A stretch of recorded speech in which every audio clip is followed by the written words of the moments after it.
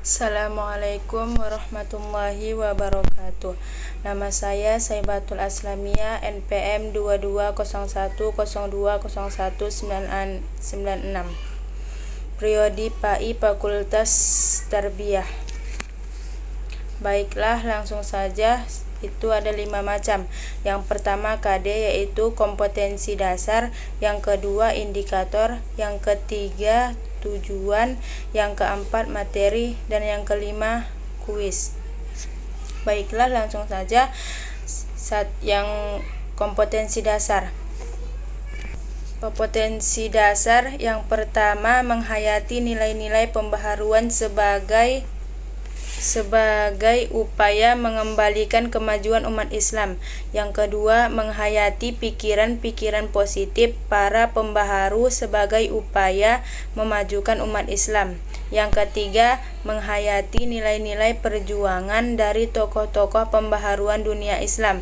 Yang keempat, terbiasa berpikir kritis sebagai implementasi dari pemahaman terhadap sejarah pembaharuan atau modernisasi Islam di Indonesia. Yang kelima, terbiasa berpikir logis. Yang kedua, indikator. Yang pertama, mengetahui sejarah munculnya pembaharuan dunia Islam. Yang kedua, mengetahui tokoh-tokoh yang berperan dalam pembaharuan dunia Islam. Yang ketiga, mengetahui berbagai perkembangan peradaban pada masa pembaharuan dunia Islam. Yang keempat, mengetahui nilai-nilai perjuangan gerakan pembaharuan dunia Islam. Tujuan.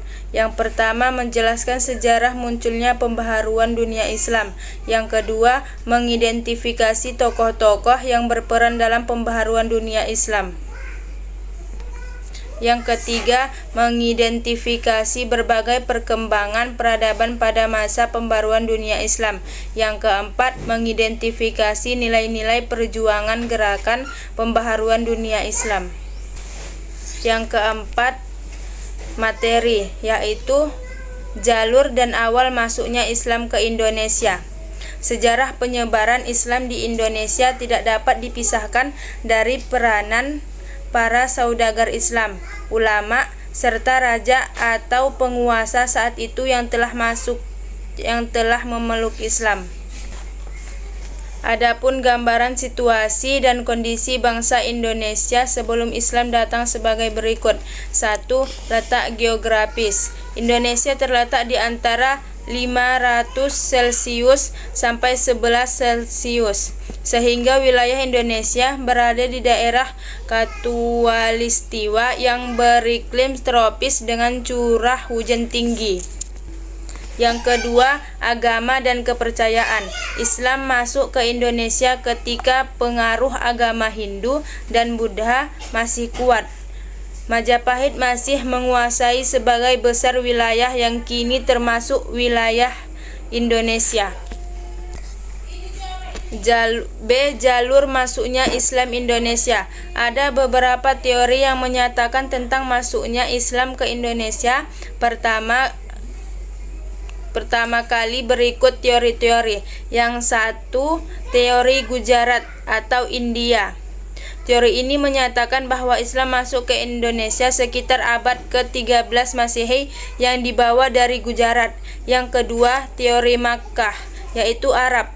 Teori ini menyatakan bahwa Islam masuk ke Indonesia berlangsung sekitar abad ke-7 Masehi yang dibawa langsung dari Makkah atau Arab. Yang ketiga, teori Persia. Teori ini menyatakan bahwa Islam masuk ke Indonesia sekitar abad ke-13 Masehi yang dibawa dari Persia. Yang keempat, teori Tiongkok. Teori ini menyatakan bahwa Islam masuk ke Indonesia khususnya di Jawa berasal dari para perantau Tiongkok. Baik, sekian itu yang kelima, yaitu kuis. 1. Agama Hindu dan Buddha di Indonesia mulai berkembang pada masa kerajaan A. Majapahit, B. Samudrapasai, C. Sriwijaya, D. Demak, E. Gowatalo. Ya, jawabannya yaitu A. Majapahit. Yang kedua, Undagi pengarung merupakan seseorang yang ahli membuat A. kerajinan batu, B. terowongan, C. rumah, D. perahu, E. kerajinan kayu. Yaitu jawabannya terowongan. Baiklah, sekian saya tutup dengan wabillahi taufiq wal hidayah. Assalamualaikum warahmatullahi wabarakatuh.